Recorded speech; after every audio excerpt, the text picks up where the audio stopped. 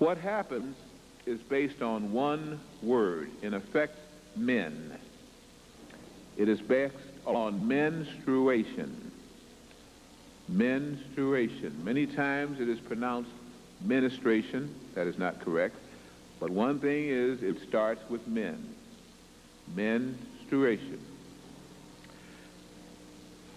Menstruating women, in general, lose calcium, thyroxine, iodine, phosphorus, lecithin, vitamin E, vitamin B1, 6, 12, 2, 6, magnesium, manganese, iron, copper, zinc, and sometimes for some women this starts 2 weeks prior to the menses.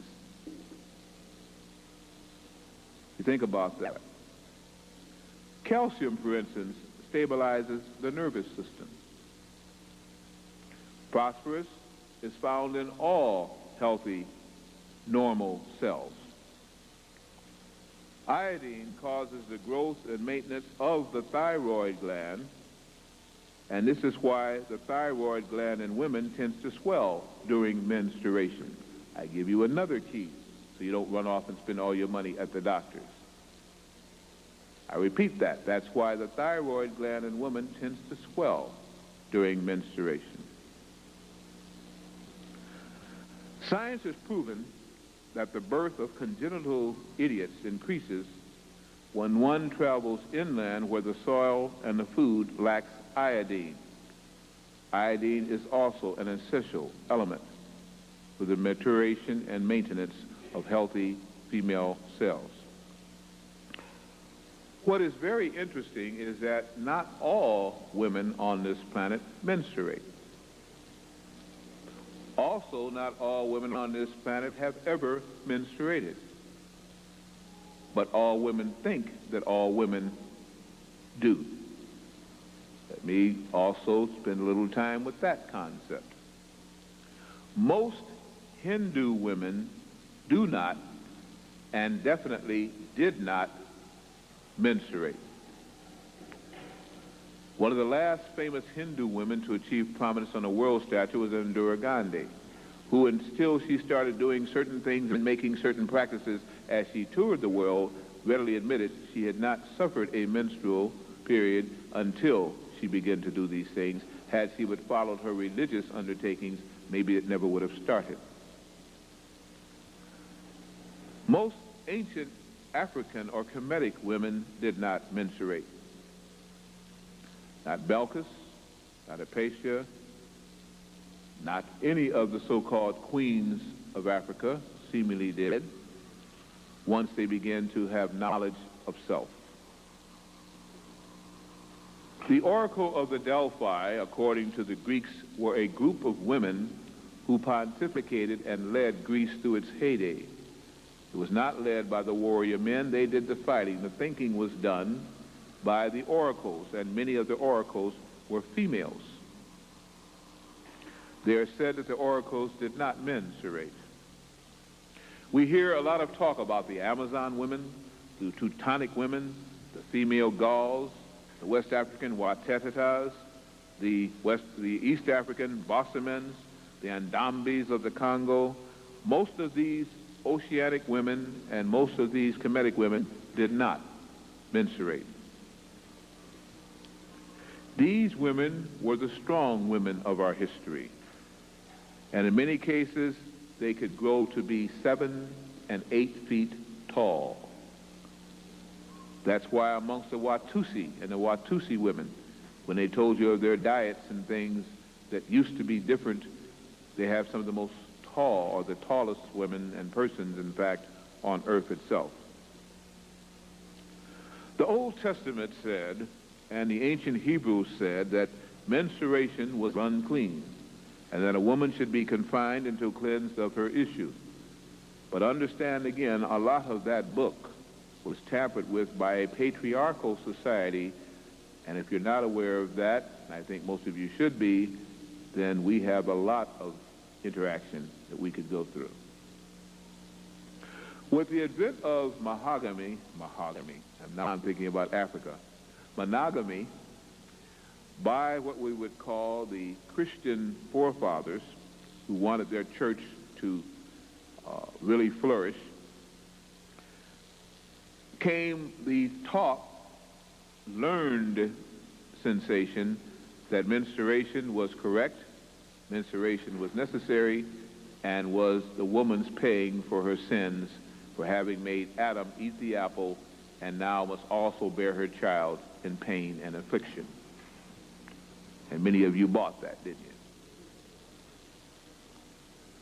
I state to you that menstruation is not a cleansing process. It is only the result of the deterioration of the egg, unfertilized, and that men have perpetuated a myth that women collectively have bought, and I can at least begin to forgive some African Kemetic women because they didn't have too much of a choice.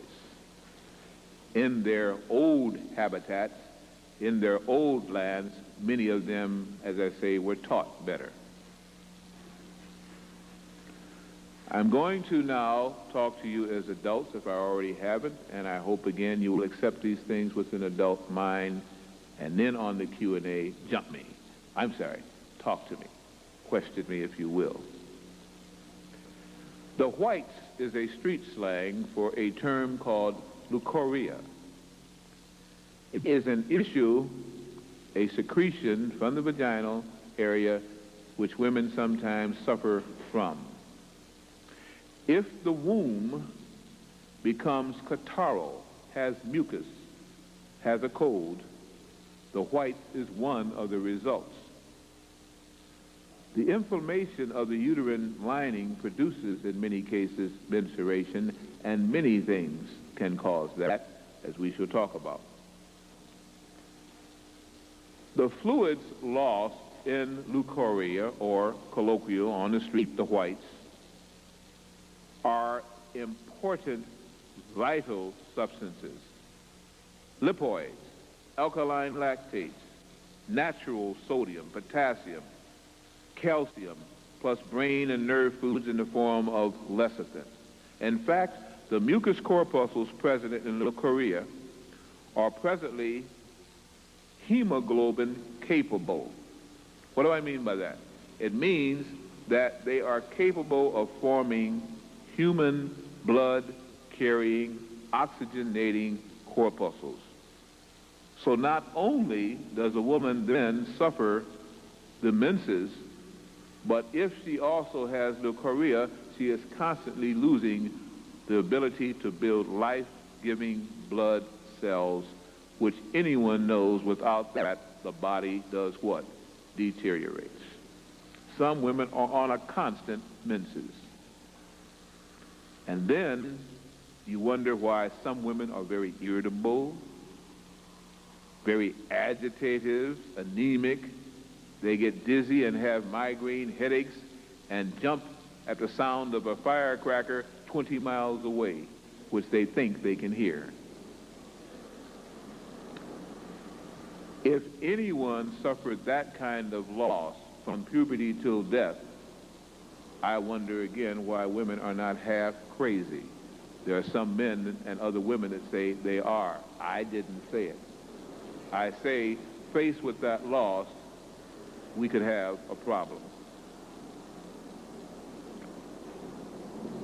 I state that if the menses was cessated, if it stopped, if the blood loss and even the alkaline lactate loss was ceased and stopped, then not only would women be very strong, and they wouldn't be intuitive, they would be psychic, but they also could give birth to babies without a man being anywhere around. And there is the key to your problem and your problematic solution. You've bought into the coat's lie, the white coat's lie, the medical doctor's lie, which came about under a patriarchal system. If you start understanding the cadavers that were messed with in England and France at the turn of the 17th, 18th century, and experimentation still goes on. In fact, they, by law, are given under the caduceus the right to practice and the practice is upon, in many cases, you as females. There was a theory called the Ovis theory, spelled O-V-I-S-T, pronounced Ah.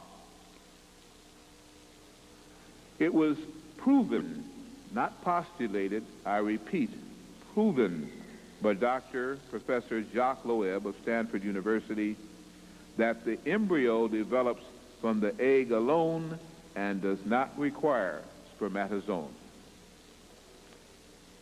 Did you hear what I just stated? According to Professor Loeb,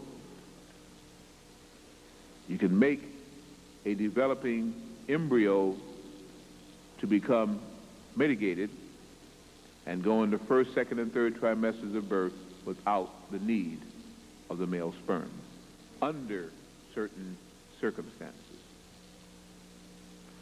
The prevailing medical theory is one of epigenesis, and it says again that you must have the union of sperm and egg in order to produce and in order to get pregnant. Maybe. To start this and give it practicality, we have to go back to a basic concept that some people still are not sure about. I state that women had to have been created before men or formed before man, because you cannot get a man from a man, you cannot get a woman from a man, but you can get a man from a woman, and you can get a woman from a woman, and think about that. Any problem with that statement, that compound complex sentence? I don't have one. This is what the old church, the Church of England, and under King Constantine and the Bishop Eusebius, the Church of Rome, had to get rid of and had to change. The last honesty amongst Caucasian principalities dealing with Christianity, and especially Catholicism, came with the onset of the Greeks, who broke away into the Greek Orthodox Church because they got tired of the lies that were being formed and wanted to continue with some semblance of truth from the Greek society. The last time when the Caucasians told truth.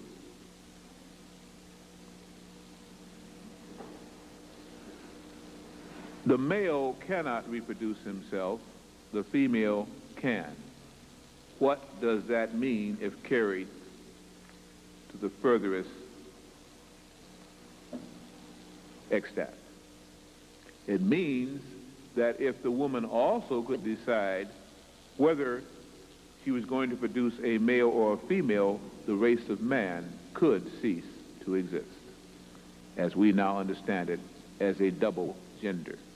That, at one time on Earth, was a tremendous problem. The universal cosmic age theorem is that a cosmic egg was created, and from that generated everything, and that in the egg still is the semblance of first creation. Things start from an egg, whether it be a hard shell finish or a little ovum attached to the uterine wall. Which came first, the chicken or the egg? Take a little guess on that. I want to have a little fun here again. How many say that the chicken came first? May I see your hand? If you say the chicken hand first, just raise your hand. Only 3, 4 people. How many say that the egg came first? 1, 2, 3, 4, 6, well, about 6 people. How many are not going to get on a limb and commit either way? You're just going to listen to the lecture. Okay. Well, in 1975, they connected a vibrational detecting device to an unfertilized egg, and they got a rhythmic pulsing beat just like that of a human heart or pulse. What is generally an unfertilized egg? Somebody kind of share with me quickly from the audience? What's the difference between an unfertilized egg and a fertilized egg? chicken didn't mate, no males around. Yet they have detected, and that experiment has been tried and tried again, some kind of rhythm or pulse within that egg itself. They also found in vertebrates, those that have a central vertebral column again, a spine, if you would, that on the phases and oscillations of the moon, that pulse varied, but was always even more intense. We understand that humans are the dominant species on this planet Earth. We are the masters, we are the greatest, and everything else is beneath us, right? Right, yeah, right. The acorn, which has a seed, a phylum of vegetable and plant, contains everything in it that the seed needs to become a mighty oak, including a print on its phloem showing what it's going to look out when it matures, what it's going to look like. Isn't that interesting? Ever cut an acorn in part and looked at it? I mean, some of these mutated acorns now that have been gassed and pre-picked, you can't tell anything from. But get the real seed of an pure bone acorn, and what do you have when you cut it in half? Picture of a tree. I mean, that's somebody really blueprinted that one. They already said, this is what you're going to look like when you grow up. And that's just on a little acorn.